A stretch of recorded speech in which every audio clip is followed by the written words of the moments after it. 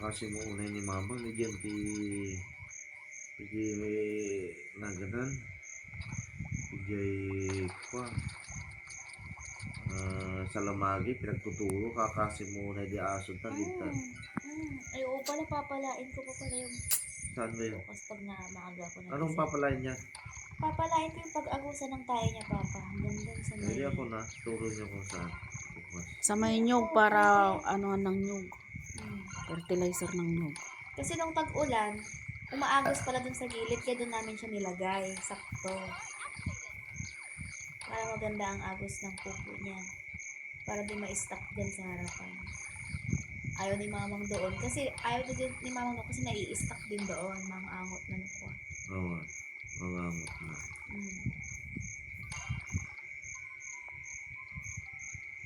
Oo, alam mo Papa, nung nandun si Dear sa Lumagi, pag nakita niya si mamang na nagkakahoy dyan, nagpapakaasa siya, umiiyak siya. Kasi alam niya din siguro na si mamang may gusto na ilipat siya dyan. Umiiyak siya, di siya pinapansin ni mamang Payman. Tapos maano doon, malanggam, kawawa naman. Kaya nga siguro marami siyang kalyo sa paa. Kaya nga, siya sinasabi ko nga kay Duday, hindi na kailangan pa ikuan kay mama ko, gawin mo yung obligasyon mo. Tapos, Hindi naman naalagain yan si Dio, pakainin mo lang. paliguan niya bago siya pumasok, tapos. Hindi rin naman yung pwede araw-araw Papa, parang sa isang linggo 3 beses. Bakit di araw-araw? Maano, sensitive talaga siya, ang dami, sabi nung doon sa apartment namin, hindi yan pwede masobra ng kain. Yun yung pagkakamali noon, kaya nasira yung balat niya pinakauna. Yung naglagas-lagas, dahil yun doon sa pagkain ng may sibuyas, bawang, paminta, pinakabawal daw sa kanila yon. Anong reply ni Isip? Ay, oo pala. Tapos sa pagligo naman, okay na yung 3 beses kasi, na naman sa balat yon.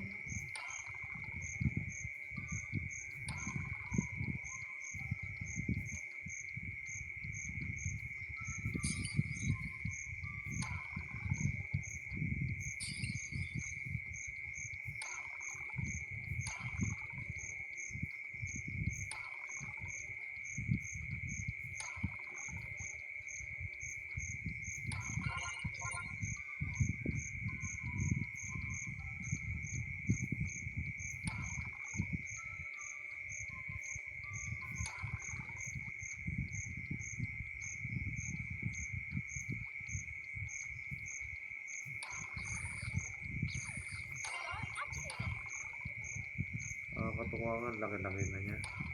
Mas malaki yan. Akong na niya na nagdudugtog. Nasa Bagyo daw siya. Ilang baba mo? Alam mo yung itsura nito, Baba, parang lalaki pero yung boses niya mahinhin. Punta siya dito, masabi niya, yan yung girlfriend mo, Becca ko. Umagay ka kay Ate Pilin. Ganun lang siya, maano pa rin yung boses niya, hindi siya yung pakuan. Pagkalala mo kay Papa yung girlfriend mo na.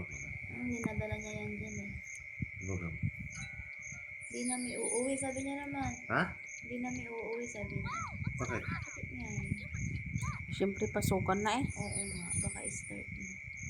Kung wala kang pasok ng pan, uwi ka ka. Tagal pa naman dito si Papa kamo.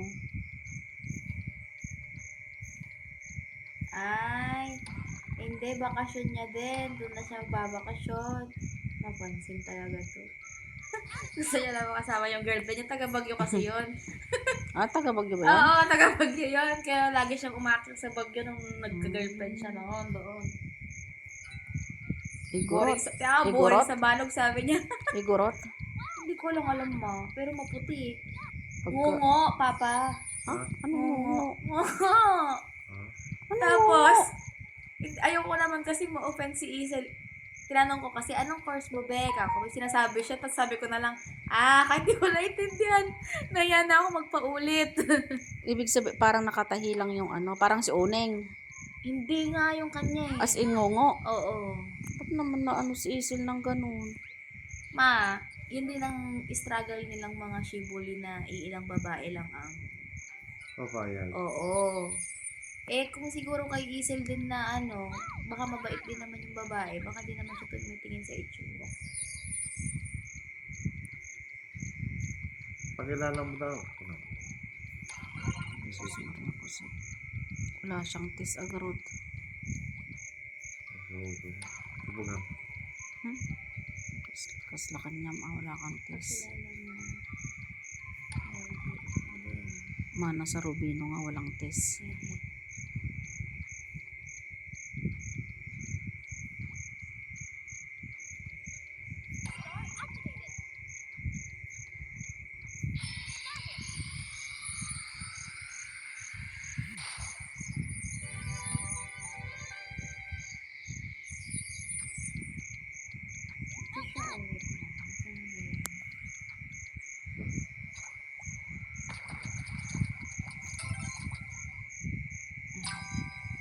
Oo nga, tama nga talaga siya. Saan? Ito. Itsura naman. Oo, may itsura naman siya. Yun lang, ayan na lang siya. Ah. Oo, talaga yun Hindi siya, pero hindi malaki yung kwan. Oo, pero sa salita niya, maano mo Oo. talaga na kwan.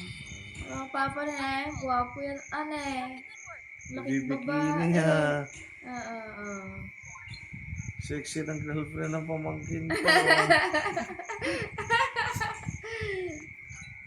Pugi pag makita mo yun sa personal, parang lalaki na.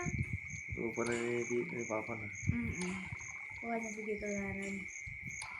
Kahit yung pag ano niya sa pusa, may makita niya yung pusa ni Mama, ang apan na, Ming, Ming, gaganunin niya. Mahilig si Tito mo na doon, Oo, kaya katabi niya nga ang ganun pusa. Siya, ganun yan. Ganun din yan si Isi.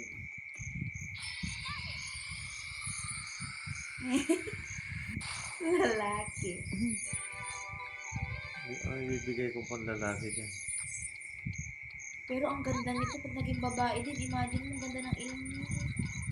Hindi mo lang nagbabae.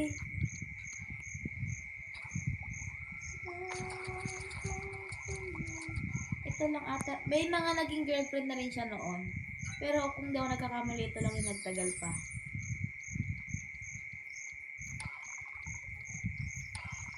Naka-face mask, okay naman. Kailan daw sila pupunta rito? Hindi ko lang alam pa. Boring sa banog, sabi niya naman. Kailangan namin mag-usap. So, mag-uusapan kami.